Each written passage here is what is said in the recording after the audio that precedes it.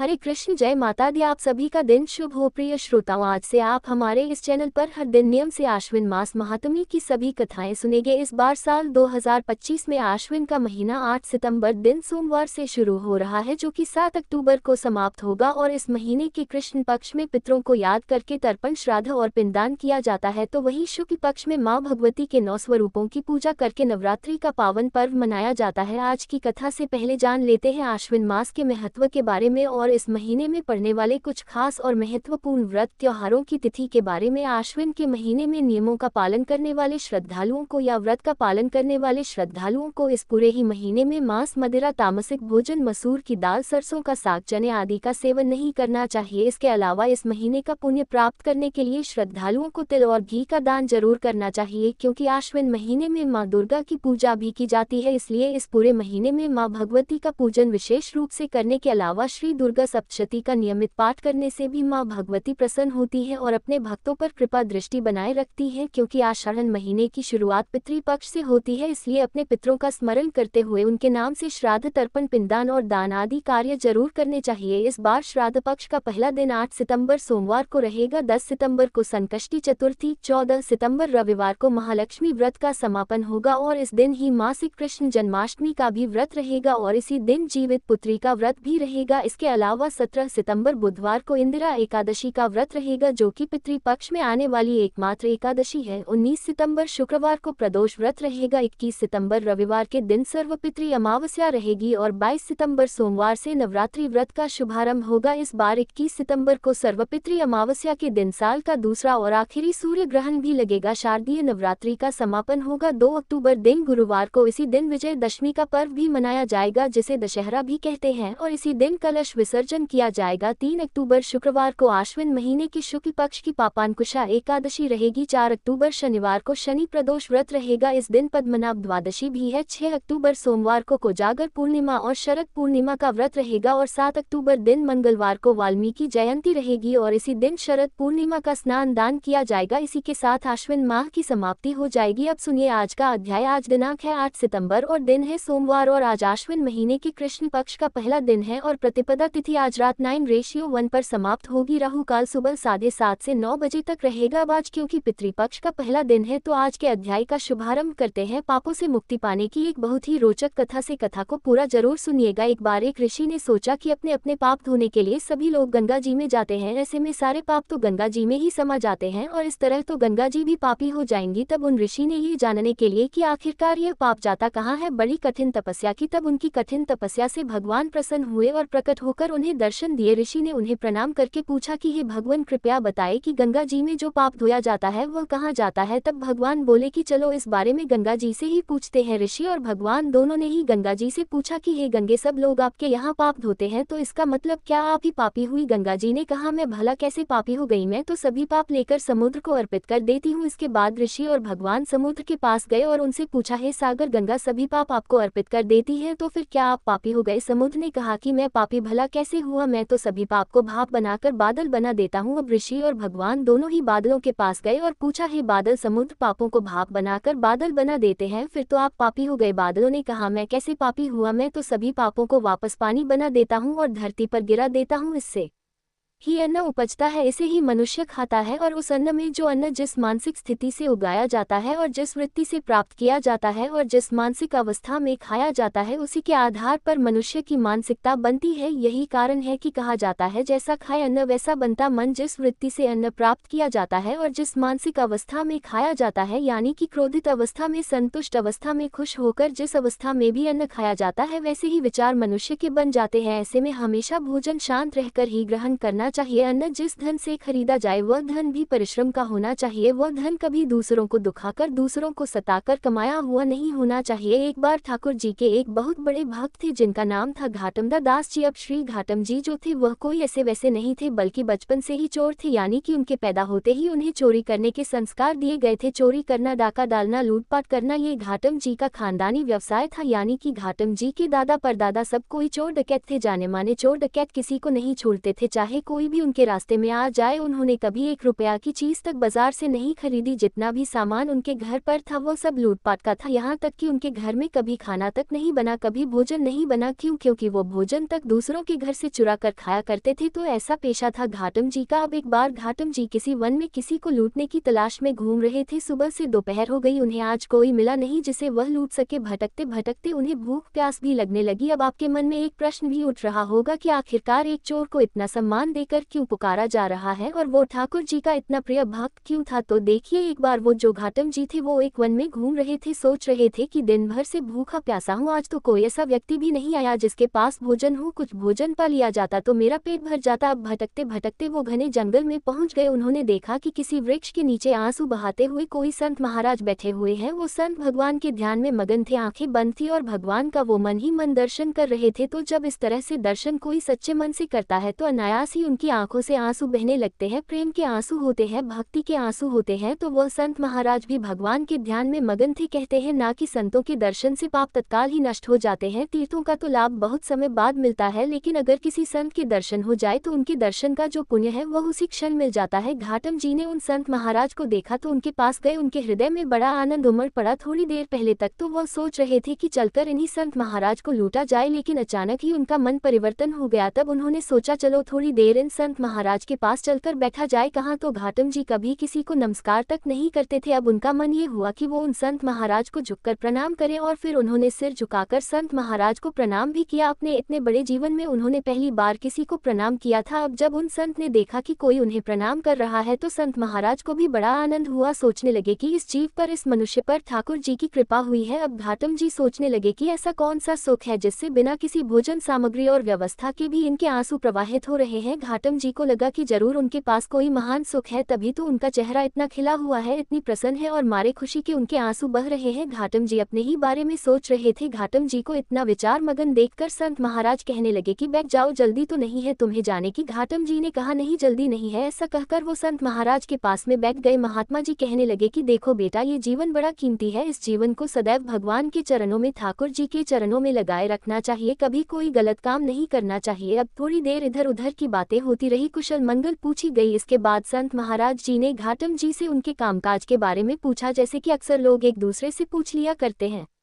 घाटम जी ने बताया कि महाराज मैं तो चोरी करता हूँ, डाका डालता हूँ, लूटपाट करता हूँ। महात्मा जी ने सोचा शायद यह उपहास कर रहा है। उन्होंने फिर से पूछा तो वह कहने लगा महाराज मैं बिल्कुल सत्य कह रहा हूँ, मेरा तो खानदानी पेशा है लूटपाट करना। हमारे घर में कभी कोई चीज़ खरीदी नहीं जाती बल्कि चोरी करके लाई जाती है। महात्मा जी ने सुना तो कहने लगे कि अरे भाई, ये तो बड़ा निंदनीय काम है। दूसरों का धन चुराने से, उन्हें दुख देने से इस लोक और परलोक में सब कुछ नष्ट हो जाता है। तुम्हारे ऊपर भगवान की कृपा हुई है, ठाकुर जी की कृपा हुई है कि तुम्हें आज मेरे दर्शन मिले हैं, मेरा संग तुम्हें प्राप्त हुआ है। अब तुम मेरे सामने एक नियम लो कि आज के बाद तुम कभी चोरी नहीं करोगे। तो घाटम जी ने हाथ जोड़कर कहा महाराज ये तो बिल्कुल नहीं हो सकता, अरे इसी से तो हमारी रोजी रोटी चलती है, मेरा परिवार का पेट भरता है। बचपन से तो हमारे पुरखों ने चोरी करना हमें सिखाया है। जब हमने थोड़ा थोड़ा चलना ही सीखा था कि तभी से हमें चोरी करने की आदतें सिखाई गई। अब आप मुझसे कह रहे हैं कि मेरी बचपन की जो आदतें हैं, जो हमारा पेशा है, जो हमारा पुश्तैनी काम है, मैं वह छोड़ दूं। मेरे बड़ों ने तो मुझे ये नियम दिया है कि मैं कभी यह चोरी का धंधा ना छोड़ूं। आप में तो मुझे बस विशेष श्रद्धा हो रही है, इसलिए मेरा मन आपकी तरफ खींचा चला जा रहा है। संत जी आप चाहे मुझे कोई भी उपदेश दे दीजिए, बस मुझसे चोरी करना छोड़ने के लिए मत कहना। अगर मैं आपको वचन दे दूंगा तो आजीवन वही करूंगा जो कि आप कहेंगी। तो संत महाराज कहने लगे कि अगर तुम चोरी करना नहीं छोड़ सकते तो ठीक है, तो तुम्हें फिर मेरी 4 बातें माननी पड़ेंगी। मानना चाहते हो तो मानो। पहली बात, सदा सत्य बोलना, झूठ कभी मत बोलना, चाहे तुम कितना भी गलत काम क्यों ना कर रहे हो, तुम्हें झूठ बिल्कुल नहीं बोलना है। दूसरी बात, साधु संतों की सेवा में रुचि रखना, जैसा भी तुमसे बन पड़े, जो कुछ भी तुम्हारे पास हो, चाहे लूटपाट का हो, चोरी का हो, उसी से तुम साधु सेवा में रुचि रखना। जब भी कोई संत दिखाई दे तो उन्हें प्रणाम करना और उनसे कभी रुष्ट होकर क्रोध में बात बिल्कुल मत करना, हमेशा उनसे आदर और बड़ी विनम्रता से बात करना। अगली बात, अगर कभी कोई संत तुम्हारे घर आ जाए तो उन्हें भूखा मत जाने देना, भले ही वह भोजन चोरी का क्यों ना हो। उन्हें जल पिलाना, भोजन कराना और उनकी सेवा करना। अगली बात, आज के बाद बिना ठाकुर जी को भोग लगाए, कभी भी ना तो जल पीना और ना ही खुद भोजन करना। चौथी बात, अगर कहीं भी ठाकुर जी की आरती हो रही हो तो बिना दर्शन किए वहां से मत जाना, पीठ फेर कर बिल्कुल मत जाना। घाटम जी को संत महाराज की यह बातें पसंद इसलिए आई क्योंकि उन्होंने उसे चोरी करना बंद करने के लिए बिल्कुल नहीं कहा था, बल्कि अन्य उपदेश ही दिए थे जो कि उसके लिए करने बहुत आसान थे। उसे तो चोरी छोड़ना बड़ा मुश्किल काम लग रहा था। तब उसने संत महाराज जी को प्रणाम किया और जीवन भर उन 4 बातों का पालन करने का वचन भी दे दिया। इसके बाद घाटम जी संत महाराज को प्रणाम करके अपने घर आ गए। अब घाटम जी लूटपाट करके धन लाते, उस धन से साधु सेवा करते, उसके बाद जो बच जाता उससे अपने परिवार को पालते। एक दिन साधु संतों की एक मंडली उनके घर आई तो उन्होंने उठकर तुरंत ही उन संतों को दंडवत प्रणाम किया, क्योंकि उन साधु संत महाराज ने कहा जो था, और उसके बाद सभी को बैठने के लिए सुंदरासन भी दिया। अब उन्होंने देखा कि घर में इन साधु संतों को देने के लिए कुछ तो भोजन है, नहीं कहाँ से लाकर दूं। तो घाटम जी ने बाजार जाकर दुकानदारों से थोड़ा उधार मांगने का प्रयास किया, लेकिन दुकानदार तो उन्हें अच्छे से जानते थे। दुकानदारों ने साफ मना कर दिया। उस समय गेहूं की फसल की कटाई चल रही थी, खेतों में गेहूं के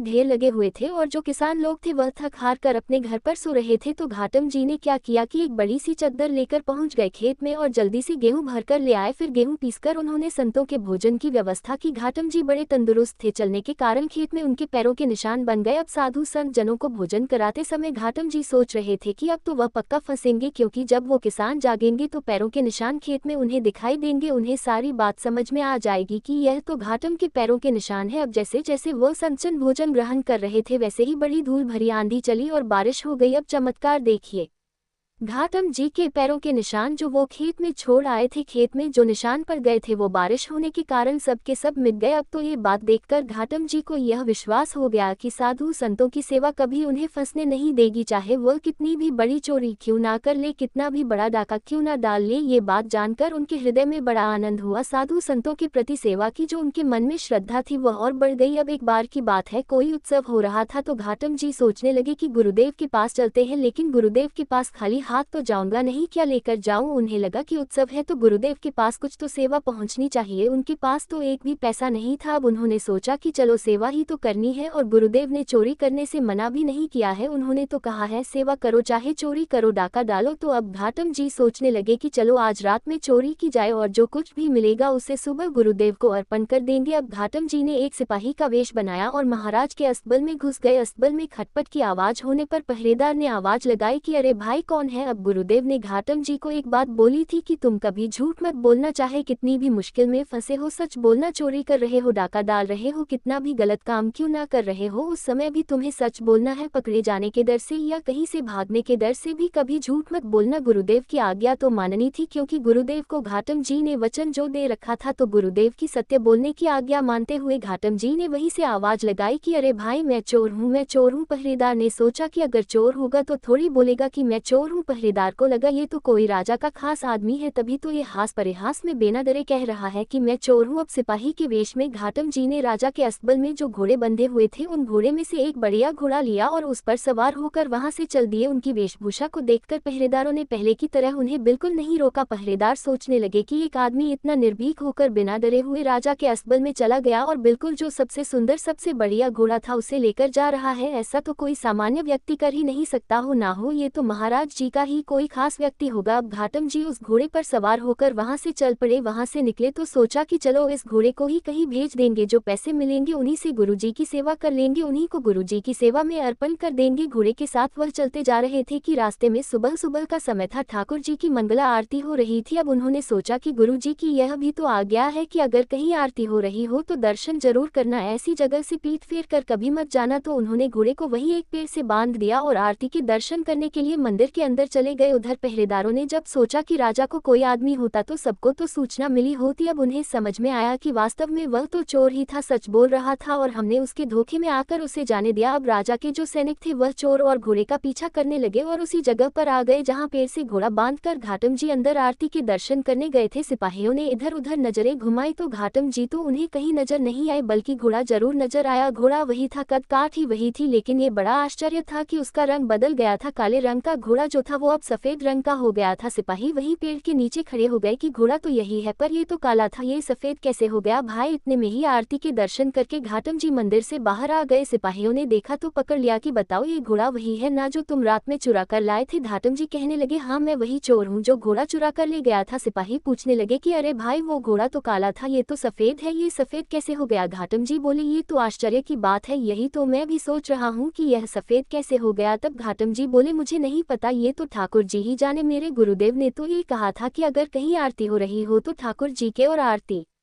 के दर्शन करना। मैं तो बस दर्शन करने गया था, बाहर आकर देखा तो काला घोड़ा सफेद हो चुका है। ये तो गुरु जी का या ठाकुर जी का ही कोई चमत्कार होगा। अब ये बात सुनकर सारे सिपाही भी हैरान रह गए। अब उन्होंने घाटम जी और घोड़े को साथ लिया और राजा के पास पहुंचकर सारी बात बताई। घाटम जी के सच बोलने और अपने गुरु के वचनों पर दृढ़ निष्ठा देखकर राजा बड़ा प्रभावित हुआ। राजा ने कहा तुम चोर हो लेकिन सच बोलते हो, तुम्हारा मन एकदम साफ एकदम पवित्र है और तुम संतों की आज्ञा का पालन करते हो, इसीलिए घोड़े का रंग बदल गया। अब तो महाराज कहने लगे कि जो ठाकुर जी अपने भक्तों के लिए ऐसा कर सकते हैं उनकी तो निश्चित ही हमारे ऊपर भी कृपा होनी चाहिए, और कृपा तभी होगी जब हम आपका सम्मान करेंगे। अब तो महाराज ने अपनी बहुत सारी संपत्ति घाटम जी के नाम कर दी। संपत्ति लेकर मान सम्मान प्राप्त करके घाटम जी अब गुरुचरणों के दर्शन करने के लिए गए। घाटम जी की अब तो अपने गुरु पर श्रद्धा और बढ़ गई। सोचने लगे कि मुझ जैसे चोरी करने वाले को जहां राजा से दंड मिलना चाहिए था, सजा मिलनी चाहिए थी, वहां मुझे सम्मान मिला। वे गए और अपने गुरु जी को भेंट समर्पित की। उसके बाद वे उत्सव में शामिल हुए। फिर उन्होंने निश्चय करके गुरुदेव जी से कहा कि गुरुजी आपने जो मुझसे पहली बार चोरी करने के लिए मना किया था, आज से मैं नियम लेता हूं कि अब मैं अपने पूरे जीवन कभी चोरी नहीं करूंगा। आपकी कृपा से अब मुझे पता चल गया है कि जो काम मैं अब तक करता आ रहा था ये तो बड़ा गलत काम था। घाटम जी ने अब निश्चय कर लिया कि वह कभी चोरी नहीं करेंगे। घाटम जी को अब सत्संग सुनते और साधुओं की सेवा करते हुए बहुत दिन बीत गए थे। उनके मन में आया कि ठाकुर जी कैसे दिखते हैं, कभी उनसे मिलना भी तो चाहिए। इतने समय से मैं ठाकुर जी की सेवा कर रहा हूँ, आज तक मैंने तो कभी उनके दर्शन नहीं किए, अब तो मैं ठाकुर जी से मिलकर ही रहूंगा। इस तरह वो ठाकुर जी को ढूंढने लगे। ठाकुर जी कहीं नहीं मिले तो घाटम जी को अब गुस्सा आ गया। एक दिन उन्होंने ठाकुर जी से बड़ा नाराज होकर कहा ठाकुर जी एक बात तो बताए, पहले मैं बिना स्नान किए भोजन पाता था, अब मैं आपके लिए स्नान करने के बाद भोजन पाता हूँ और पहले आपको अर्पित करता हूँ उसके बाद स्वयं खाता हूँ। पहले मैं कभी कंठी माला नहीं पहनता था, कभी तिलक नहीं लगाता था, पूजा नहीं करता था, अब मैं आपके लिए अपने गले में कंठी भी धारण करता हूँ, माथे पर तिलक भी लगाता हूँ। किसके लिए करता हूँ ठाकुर जी, आपके लिए ही तो ना, आपको प्राप्त करने के लिए ही तो करता हूँ। प्रभु जी मैं इतने समय से ये सब कर रहा हूँ, आप मेरे लिए क्या कर रहे हैं बताए। अब आप मुझे ये बताए कि आप मुझे कब दर्शन देंगे। वह मन ही मन ठाकुर जी से बात कर रहे थे कि इतनी ही देर में उनकी बात सुनकर ठाकुर जी तत्काल ही प्रकट हो गए। अब जिस पर ठाकुर जी की कृपा हुई हो भला वह भवसागर के बंधन में बंधा रह सकता है क्या। ठाकुर जी ने घाटम जी को तार दिया और उसी क्षण उन्हें मोक्ष प्राप्त हो गया और वे ठाकुर जी के धाम वैकुंठ लोक को चले गए। सत्संग के प्रभाव से घाटम जी का पूरा जीवन बदला। कहाँ तो वह पहले बचपन से ही चोरी करते थे, हर समय ये सोचा करते थे कि आज कहाँ जाकर चोरी करनी है, आज किसको लूटना है, कहाँ से भोजन चुराना है, कहाँ से सोना चांदी लूटना है। अब कहाँ वे हर समय ये सोचा करते कि ठाकुर जी की सेवा कैसे करनी है, ठाकुर जी को कैसे पाना है। इस तरह से जब उनके मन में ठाकुर जी के प्रति लगन लगी तो आखिरकार उन्होंने ठाकुर जी को पा ही लिया। और यह सब हुआ अच्छी संगत के कारण। अगर साधु संत जनों के सत्संग में रहेंगे तो इसी तरह से भगवान को पाने की हमारे मन में जो इच्छा है, जो लगन है, वो और बढ़ जाएगी। इस संसार से मोह माया से हमारा जो पिंड है वह छूटेगा, मोह माया के बंधन कटेंगे और ठाकुर जी की कृपा से हमें भी वैकुंठ लोक की प्राप्ति होगी। अब सुनिए एक प्रेत के प्रेत योनि से मुक्त होने की कथा। प्राचीन समय की बात है। तुंगभद्रा नदी के किनारे अनुपम नामक एक नगर में आत्मदेव नामक एक ब्राह्मण रहते थे। उनकी पत्नी का नाम था धुंधली। आत्मदेव को सबसे बड़ा दुख ये था कि उनकी कोई संतान नहीं थी, इससे वे हमेशा चिंतित रहते। एक दिन दुखी होकर वे वन में चले गए। वहां पर उन्हें एक सन्यासी महात्मा के दर्शन हुए। आत्मदेव ने सन्यासी के सामने अपना दुख निवेदन किया कि हे महात्मन, मैं बहुत दुखी हूँ, मेरी कोई संतान नहीं है। सन्यासी ने ध्यान लगाकर देखा और फिर बताया कि भाग्य की प्रबलता और विधाता के लिखे लेख के चलते 7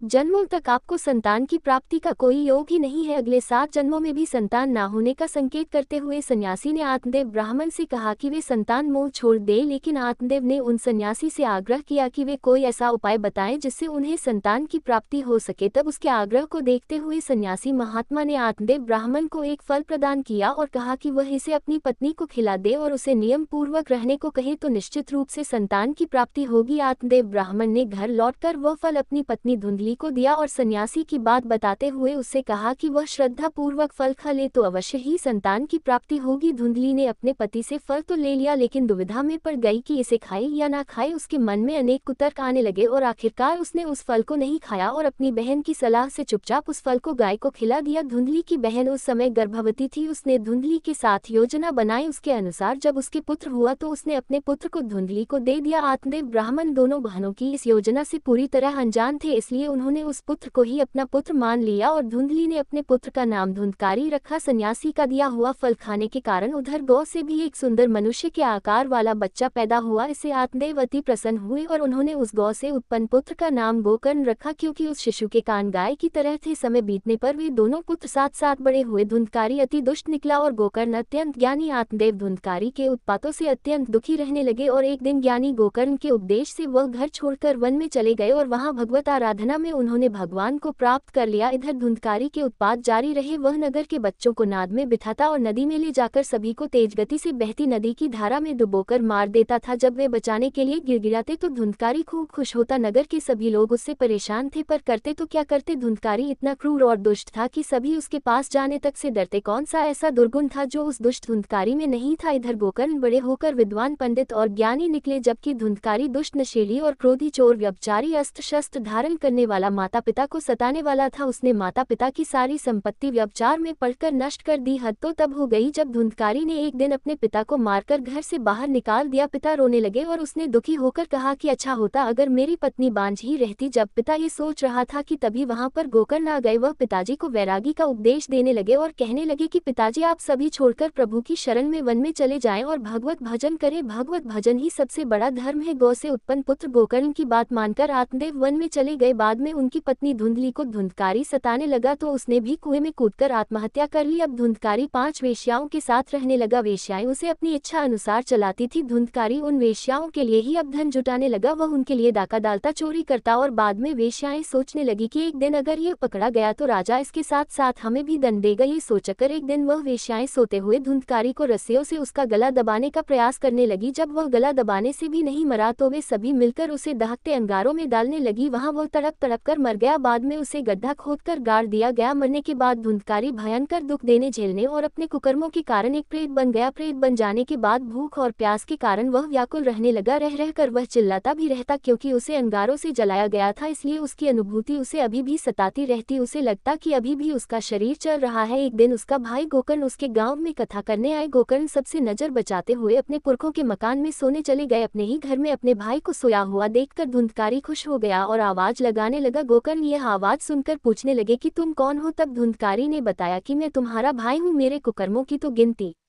ही नहीं की जा सकती, इसी कारण से मैं प्रेत योनि में पड़ा ये दुर्दशा भोग रहा हूँ। भाई अब तुम ही दया करके मुझे इस योनि से मुक्ति दिला सकते हो। गोकर्ण ने कहा कि मुझे बड़ा आश्चर्य हो रहा है कि मैंने तो तुम्हारे लिए विधि पूर्वक गया जी में श्राद्ध किया, फिर भी तुम प्रेत योनि से मुक्त कैसे नहीं हुए। मैं कुछ और उपाय करता हूँ। कई उपाय करने के बाद भी जब धुंधकारी को मुक्ति नहीं मिली तो अंत में गोकर्ण ने सूर्यदेव से पूछा तो सूर्यदेव ने बताया कि श्रीमद् भागवत कथा सुनने से ही धुंधकारी की मुक्ति संभव हो सकती है, इसलिए तुम सप्ताह परायण करो। तब गोकर्ण व्यास गद्दी पर बैठकर कथा कहने लगे। देश गांव से बहुत लोग कथा सुनने आने लगे। इतनी भीड़ हो गई कि सब आश्चर्य करने लगे। तब वो प्रेत धुंधकारी भी वहां पहुंचा और इधर उधर स्थान ढूंढने लगा। इतने में ही उसकी दृष्टि एक सीधे रखे हुए 7 गांठ वाले बांस पर पड़ी और वह वायु रूप में उसी में जाकर बैठ गया। जब शाम को कथा को विश्राम दिया गया तो एक बड़ी विचित्र बात हुई। सबके देखते ही देखते उस बांस की एक गांठ तड़ तड़ करती फट गई। इसी प्रकार 7 दिनों में उस बांस की 7 गांठें फट गई और 12 स्कंद सुनने से पवित्र होकर धुंधकारी एक दिव्य रूप धारण करके सामने खड़ा हो गया। उसने भाई को प्रणाम किया। तभी बैकुंठवासी पार्षदों के सहित एक विमान वहां उतरा और सबके देखते ही देखते धुंधकारी विमान पर चढ़ गए। उन पार्षदों को देखकर गोकर्ण ने कहा कि भगवान के प्रिय पार्षदों, यहाँ हमारे अनेकों शुद्ध हृदय श्रोता गण हैं, उन सबके लिए भी एक साथ बहुत से विमान क्यों नहीं लाए। यहाँ सभी ने तो समान रूप से कथा सुनी है, फिर फल में इस प्रकार का भेदभाव क्यों। तब भगवान के पार्षदों ने कहा कि इस फल भेद का कारण इनमें श्रवण का भेद है। इन सभी ने एक समान रूप से कथा तो सुनी, किंतु उसके जैसा मनन नहीं किया। इस प्रेत ने 7 दिनों तक सुने हुए विषय का स्थिरत से खूब मनन भी किया। ऐसा कहकर वे सभी पार्षद बैकुंठ को चले गए। फिर अगले पवित्र मास में गोकर्ण ने फिर से उसी प्रकार सप्ताह क्रम से कथा कही और वहां भक्तों से भरे हुए विमानों के साथ भगवान प्रकट हो गए। उस गांव में कुत्ते और चंडाल पर्यंत जितने भी जीव थे सभी दिव्य देह धारण करके विमान पर चढ़ गए। भगवान उन सभी को योगी दुर्लभ गोलोक धाम में ले गए। इस कथा का सार यह है कि अपने माता पिता को कष्ट देने वाला, शराब पीने वाला, वेश्यागामी पुरुष प्रेत योनि प्राप्त कर अनंत काल तक भटकते रहते हैं। अब न तो गोकर्ण की तरह कथा सुनाने वाले हैं और न ही धुंधकारी की तरह स्थिर मन से कथा सुनने वाले। धुंधकारी को उसके पापों की सजा तो मिली ही, साथ ही उसने प्रेत योनि में रहकर भी सजा भुगती। बाद में जब उसे पछतावा हुआ तो भागवत कथा सुनकर उसका मन निर्मल हो गया और निर्मल मन होने से उसके सारे संताप जाते रहे। बांस की 7 गांठें हमारी 5 इंद्रियों, छठे मन और 7वीं बुद्धि पर लगी हुई अज्ञान की अशुद्धि की गांठें हैं। भागवत के श्रवण मनन से पूर्व धुंधकारी 5 इंद्रियों, छठे मन और 7वीं बुद्धि नामक 7 स्तरों पर अशुद्धि और ज्ञान से भरा हुआ था। यही उसका 7 गांठों वाले बांस में बैठना है। भागवत के श्रवण मनन के पश्चात इन 7 स्तरों पर वह अशुद्धि और अज्ञान से मुक्त हो गया और यही बांस की 7 गांठों का फटना है। ये थी धुंधकारी की कहानी। आज की कथाओं को सुनने के लिए आप सभी का बहुत बहुत आभार। आशा करती हूँ आप कल की वीडियो का इंतजार भी जरूर करेंगे।